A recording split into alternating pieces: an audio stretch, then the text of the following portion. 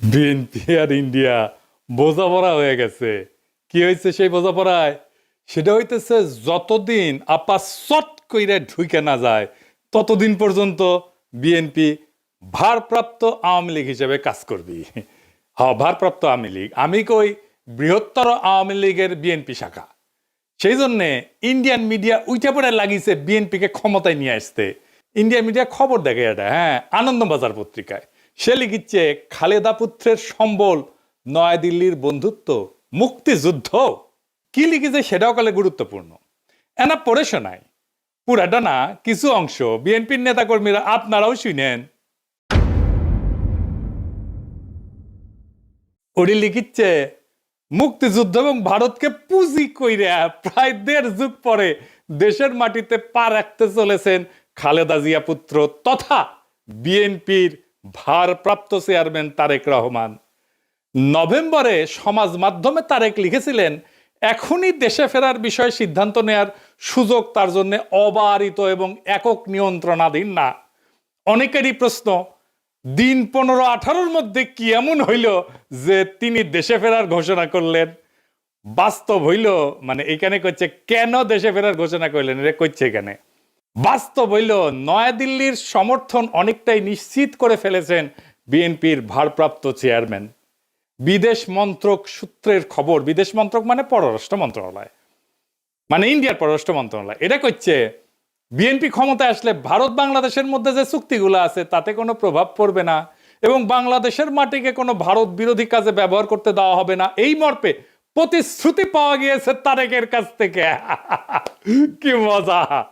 ভারতের গোয়েন্দা সূত্রের বক্তব্য, ঢাকাকে পাশে পেতে নয়াদিল্লিরও দরকার বিএনপিকেই, কারণ কর্মকাণ্ড নিষিদ্ধ হওয়ায় ভোটে লড়তে পারছে না আওয়ামী লীগ। তাই বাংলাদেশে কট্টরপন্থীদের বারবারন্ত আটকাইতে পারে একমাত্র বিএনপি। নির্বাচনের মাধ্যমে খালেদার দল ক্ষমতাসীন হইলে বাংলাদেশে ভারত বিরোধী তৎপরতায় রাশ টানা যাবে। তাই আওয়ামী লীগের সঙ্গে সখ্য থাকা সত্ত্বেও অবস্থা বুঝে ব্যবস্থা হিসেবে তারেকের পাশে থাকতে হচ্ছে নয়াদিল্লিকে। মাশাআল্লাহ! তাইলে তারেক রহমানের দেশে ফেরার সিদ্ধান্তটা ঝুইলা ছিল ইন্ডিয়ার সাথে বোঝাপড়ায়। আমি নিউজটা বাইর হওয়ার পরে কয়েকদিন দেরি করেছি এপিসোড করতে। আরে ক্ষীণা আশা ছিল যে বিএনপি হয়তো এই সংবাদের প্রতিবাদ জানাবে, জানাইছে, জানায় নাই। তার মানে প্রত্যেকটা শব্দ এই নিউজের সত্য। আর একটা ইন্টারভিউ দেখায় সুবীর নন্দীরা চেনেন তো, উই আসলে রয়ের স্পোক্সম্যান, মাউথপিস। রজা বলতে চায় বাংলাদেশ নিয়ে, তারাই দিয়ে বলায়। সে কি বলতেছে শুনেন। ভারত বাংলাদেশে কোন সরকার চাইবে? খুব সোজা উত্তর আমি তোমায় দিয়ে দিচ্ছি। Awami League is not in election, next best option is BNP, obviously not Jamaat. তারা অলরেডি ৫০ লাখ লোক নিয়ে জেহার টেয়াদের হুমকি দিচ্ছে। ফলে জামাত অবভিয়াসলি ইন্ডিয়া চাইবে না। অত অনেক কথা, ডিপ্লোম্যাটিক কথা বলে তো লাভ। কানেকশনটা হচ্ছে 71। আমরা একসাথে, আমার সৈন্য এবং মুক্তিযোদ্ধারা রক্ত ঝরিয়েছে, সেই সুবাদে Awami League. This is the historical fact. তো এই জায়গাতে হঠাৎ করে আজকে অন্য কিছু ডাইনামিক্স চলে আসবে, এটা তো আশা করাটাও ভুল। কিন্তু যে গভর্নমেন্ট আসবে তার সাথে ইন্ডিয়াকে তো ডিল করতে হবে। শুনেছেন তো? এইবার আর একটা দেখেন। তারপরে বিএনপি ভারতের পক্ষে এখন যে মুহূর্তে যতগুলো রাজনৈতিক প্রতিষ্ঠান আছে তার মধ্যে বিএনপি সব থেকে বেশি প্রো ইন্ডিয়া স্ট্যান্ড নিতে শুরু করেছে এবং বাণিজ্যের জন্য সহায়তা করবে বলছে। এখন এই অবস্থায় বিএনপির সাথে জামাতদের ঝগড়া হয়ে গেছে এবং জামাতকে তারা অত আসন দিতে চাইছে না। ভারত জামাতকে এই মুহূর্তে চায় না যে জামাত ক্ষমতায় আসুক, বরং বিএনপি ক্ষমতায় এলে ভারতের নিয়ন্ত্রণ করতে সুবিধা হয়। দেখেছেন, কইতেছে বিএনপি সবচেয়ে প্রো ইন্ডিয়া স্ট্যান্ড নিতে শুরু করছে। ইন্ডিয়ান রে কয় কি খুশি। এইটা তো গেল ইন্ডিয়ান মিডিয়ার কথা। দেশে আবার ইন্ডিয়ার দুটা মিডিয়া আছে না, পন্দের আলো আর দিল্লি স্টার। এদের ডাকিছে বিএনপি তারেক রহমানের স্বদেশ প্রত্যাবর্তনের বিষয়ে আলোচনা সবাই। হ্যাঁ, উনি পন্দের আলো যাবি না তা তো হয় না, তাই না? ওই যে কারণ আছে না, কারণ ওইটা একটা গান আছে না, আলু আমার আলু ওগো আলুই ভুবন ভরা। ওরা যেটি দেখে সেটি আলু ছাড়া আর কিছু দেখে না। পুন্দের আলু আর প্রথম আলু। বাঙ্গু বাটপাটদের শিরোমণি মতিউর রহমান কি কইছে শুনেন। আমি ব্যক্তিগতভাবে এটা মনে করি যে দেশে একটা রাজনৈতিক শূন্যতা রয়েছে, চলছে, এটা একটা বিপজ্জনক। আমি সবসময় ভাবতাম বা এখনও মনে করি যে বিএনপির ভারপ্রাপ্ত চেয়ারম্যানের আরেকটু আগে, বেশ একটু আগে যদি আসতে পারতেন তাহলে এক্ষেত্রে হয়তো বিএনপি এবং দেশের মধ্যে একটা ভালো সুবিধাজনক অবস্থা তৈরি হতে পারত। এই মতিউর রহমান এখন তারেক রহমানের পায়ে পড়ে, বিএনপির পায়ে পড়ে, সেই লিখেছিল তারেকের দুর্নীতির বিচার হতে হবে। সেইখানে তারেক রহমানের নিজের স্বাক্ষরিত একটা হলফনামা থেকে উল্লেখ করে কইছিল এই মতিউর রহমান যে তারেক রহমান দুর্নীতি করেছে সেটা সে নিজেই স্বীকার করেছে, এ বাটপাড়ি কইছিল। আবার ওই মামলা থেকে তারেক রহমান খালাস পেলে আবার প্রথম আলোয় লিখেছিল নৈতিকভাবে তারেকও দণ্ডিত। খালাস পেলে কি হয়েছে, তুই নৈতিকভাবে দণ্ডিত, বুঝছাও। আর এখন কয় তারেক রহমান আগে দেশে ফিরলে ভালো হইতো। তো মতি ভাই, আপনি দুর্নীতির বিচার করবেন না তারেকের, নাকি স্যাপ ফেলে স্যাটে নিছেন? ওই নিজেই তার আলপিনে প্রচ্ছদ প্রতিবেদন করেছিল তেলে ডুবে যাচ্ছেন তারেক রহমান। ওই তেল এখন তারেক রহমান কিছু দিচ্ছে, রেখে দিছিল নিজের জন্য। তো প্রথম আলো যে বিএনপি কি পরিমাণে ভালোবাসা যে কত সেটা একটু দেখি। আসেন। লিখিচ্ছে বগুড়ায় তারেককে ঘিরে আছে খুন সন্ত্রাসে জড়িত নেতাকর্মীরা। মতিউর রহমান এখন শিওর, এখন আর খুন সন্ত্রাসে জড়িত নেতাকর্মীরা তারেক রহমানকে ঘিরে থাকবে না। গ্রেনেড হামলা মামলা নিয়ে করছে তাজউদ্দিনকে পাকিস্তানে পাঠায় ডিজিএফআই। জানতেন খালেদার সম্মতিতে বসুন্ধরার কাছে 100 কোটি টাকা চাইছিলেন তারেক। জিজ্ঞাসাবাদে বাবর তো মতি ভাই কয় টাকা দিছে আপনার? সাব্বির খুনের ঘটনা চাপা দিতে আপোস রফা।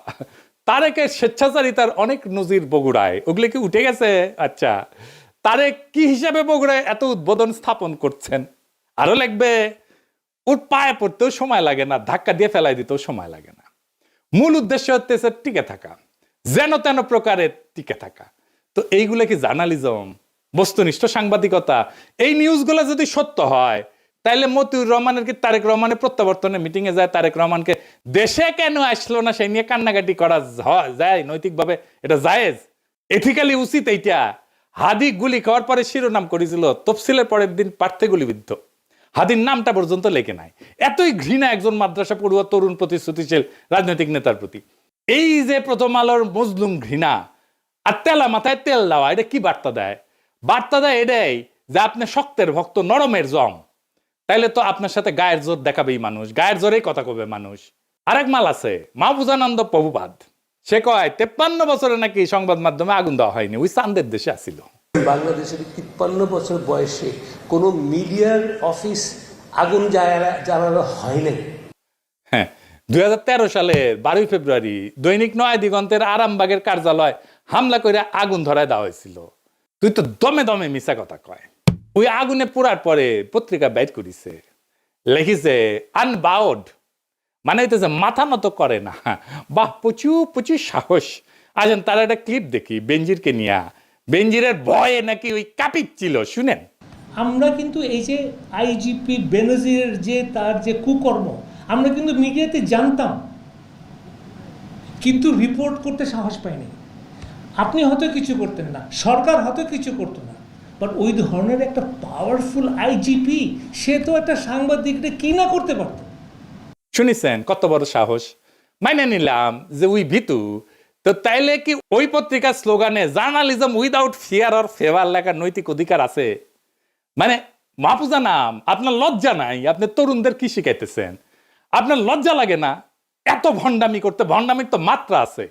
আবার ক্রিটিক্যাল জার্নালিজম করার কথা কয়। ক্রিটিক্যাল জার্নালিজম বুঝে ডিজিএফ এর সাথে আন্ডারস্ট্যান্ডিং করে জার্নালিজম করিছে। এই যে তাসনিম কলিলি কয়ে দিছে ডিজিএফ এর দেওয়া নিউজ ভেরিফাই না করে ছাপাইছে, আবার পরে স্বীকারও করিছে এটা তো ভুল ছিল। তুমি যদি আমাকে জিজ্ঞেস করো আমার সাংবাদিক জীবনে, এডিটরের জীবনে ওটা হচ্ছে একটা বিরাট ভুল। আমি ভুল করেছি। ওই সময় ডিজিএফআই দেওয়া নিউজ আমার ছাপানো উচিত হয়নি। ইট ওয়াজ এ ব্যাড এডিটোরিয়াল জাজমেন্ট। আমি ভুল করেছি। শুনেছেন আমি কইছিলাম এই ডেইলি স্টারের জার্নালিজম নিয়ে 100 ঘন্টার এপিসোড করা যায়। গতকাল আমি একটা পুরানা ভিডিও দিছি, দেখেছেন না সবাই? অনেক দিন তো হইল। জবাব দিছে ডেইলি স্টার, আমার উত্থাপিত প্রশ্নের জবাব দিছে নাকি এরা জবাব দিয়ে তার ঊর্ধ্বে মিডিয়া?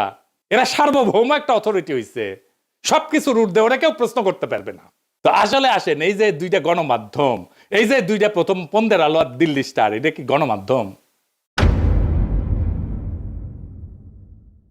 গণমাধ্যমের ভূমিকা বুঝতে হলে আমাদের দুইটা জিনিস বুঝতে হবে, ট্রুথ এবং ফ্যাক্টস। সত্য কি এবং ঘটনা কি। ফ্যাক্টস হইতেছে মানে ঘটনা হইতেছে আমরা পরিষ্কার যেটা দেখছি হাদির জানা যায় লাখ লাখ মানুষ হয়েছে না, 10 থেকে 15 লাখ মানুষ হয়েছে, আমরা সবাই দেখছি কয়েকদিন আগের ঘটনা। কিন্তু জানাজার ট্রুথ, সত্য তৈরি করা ট্রুথ মেকিং মেশিন কি? পুন্দের আলো আর ডেইলি স্টার। আমরা চোখের সামনে দেখলাম 10 থেকে 15 লাখ লোক। ডেইলি স্টার লিখেছে শয়ে। আজকের ঘটনা যদি ইতিহাসে আদৌ স্থান পায় তাহলে এটা স্থান পাবে পুন্দের আলো দিল্লি স্টারের বিবৃতিতে কি আছে সেটা দিয়া। দিল্লি স্টার লিখছে শত হাজার না, লাখ না, শত। ওই যে হাদি না, একজন প্রার্থীকে লিখেছে।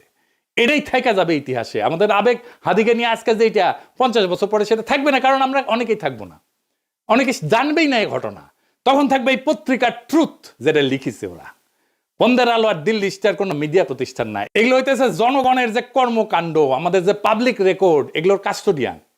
আমাদের দৈনিক, আমাদের যে বাস্তবতার উপাখ্যান, এইটা রচনা করে পুন্দের আলো আর দিল্লি স্টার। এটার একটা শক্তিশালী প্ল্যাটফর্ম।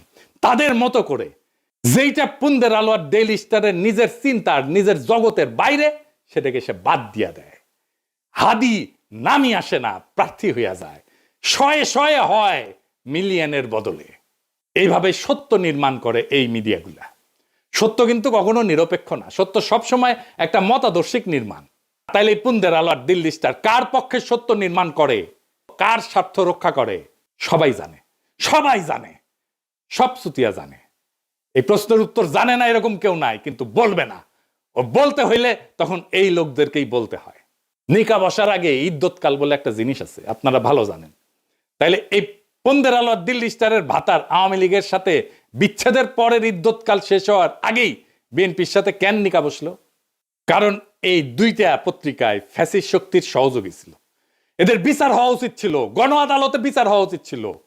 কিন্তু এদের সম্পদ, এদের কন্ট্রোল, এটা গোপনে বিএনপির কাছে সম্পত্তি হস্তান্তর হবে।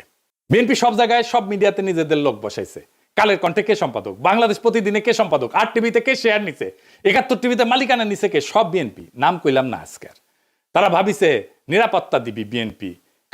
খারান আইসেনি, আমি না ঘোড়ায় আসবো, ঘোড়ায়। আপনাদের জন্য আসার আমার টাইম নাই। এডিটর সাহেব ঘোড়ার হাসিটা দেন। যাদের প্রোটেকশনের আশায় আছেন তাদের কয়টা ক্লিপ দেখায়। মির্জা আব্বাসরে দেখেন।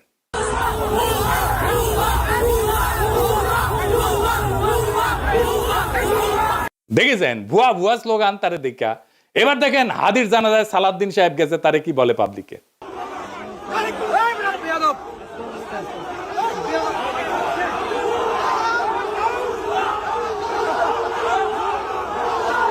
দেখেছেন এটিও ভুয়া স্লোগান। এবার দেখেন ফিরে যেতেছে সালাউদ্দিন, সেটিও দেখেন কি ভুয়া স্লোগান।